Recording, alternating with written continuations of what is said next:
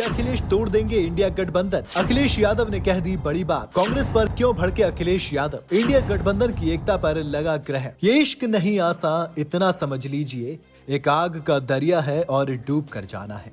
इस गाने की बात हम आज इसलिए कर रहे हैं क्योंकि सपा प्रमुख अखिलेश यादव ने मध्य प्रदेश में कांग्रेस के फैसले से नाराज होकर साफ साफ कह दिया है कि लोकसभा चुनाव के लिए कांग्रेस को इंडिया गठबंधन के बारे में तय करना है कि ये गठबंधन राष्ट्रीय स्तर पर होगा या प्रदेश स्तर पर। अगर अभी प्रदेश स्तर पर गठबंधन नहीं किया गया तो भविष्य में भी प्रदेश स्तर पर गठबंधन नहीं होगा। अब उनके इस बयान के बाद से इंडिया गठबंधन में सब कुछ ठीक नहीं है, ये तो साफ हो गया है। दरअसल एमपी में सपा के लिए सीटें नहीं छोड़ने पर अखिलेश यादव कांग्रेस पर भड़क गए हैं। दरअसल समाजवादी पार्टी को उम्मीद थी कि मध्य प्रदेश के चुनाव में कांग्रेस पार्टी उसके लिए कुछ सीटें जरूर छोड़ देगी, लेकिन हुआ इससे ठीक उलट। कांग्रेस ने उन सीटों पर भी अपना उम्मीदवार उतार दिया जहां पिछली बार समाजवादी पार्टी ने जीत दर्ज की थी, और यही बात अखिलेश यादव को खराब लग गई। अखिलेश यादव ने पहले मध्य प्रदेश के कई सीटों पर उम्मीदवारों के नामों का ऐलान किया।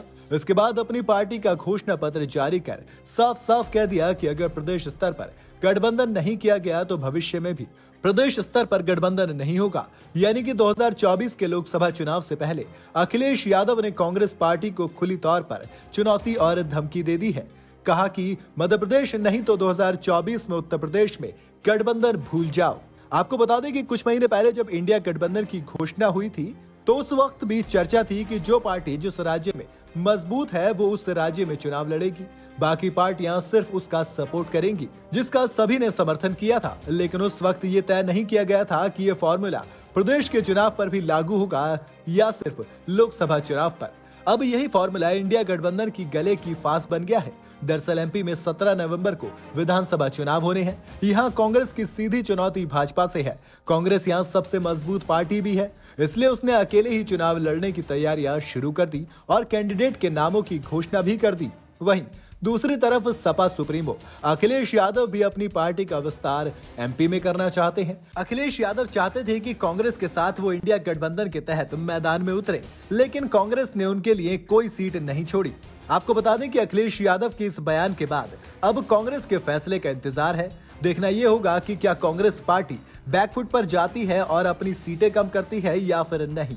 क्या वो बची हुई सीटों में समाजवादी पार्टी को समायोजित करती है या फिर अकेले ही आगे विधानसभा चुनाव लड़ती है।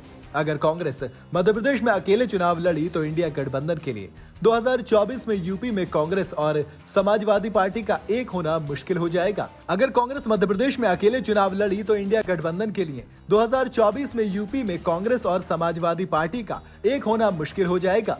फिलहाल लोकसभा चुनाव से पहले मध्य प्रदेश का विधानसभा चुनाव बेहद दिलचस्प होता नजर आ रहा है।